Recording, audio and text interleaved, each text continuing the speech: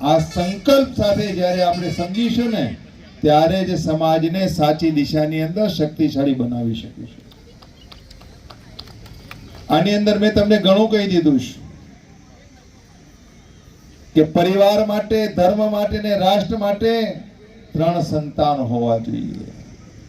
આર્થિક સંપત્તિ વધતી જાય, મોટા મોટા બંગલાઓ બનાવીએ અને બંગલાઓની અંદર માત્ર એક જ દીકરો હોય અને કદાચ કોઈ કારણસર દીકરો અમેરિકા જતો રહ્યો, પછી ન કરે નારાયણ, કદાચ દીકરાને કોઈ પ્રોબ્લેમ થયો, પછી પરિવારનું શું?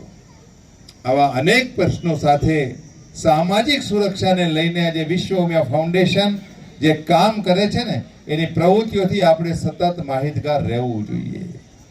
આપણે માત્ર મંદિર નથી બનાવતા,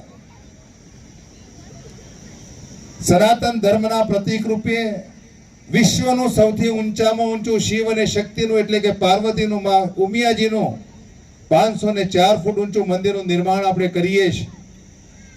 પણ એ જ મંદિરના માધ્યમથી સામાજિક એકતાને લઈને, સમાજને સંગઠિત કરીને, વિશ્વભરમાં પથરાયેલા પાટીદારોનું વૈશ્વિક સંગઠન બનાવીને સમાજની અનેકવિધ પ્રવૃત્તિઓ સાથે સમાજને શક્તિશાળી બનાવવા માટે વિશ્વ ઉમિયા ધામ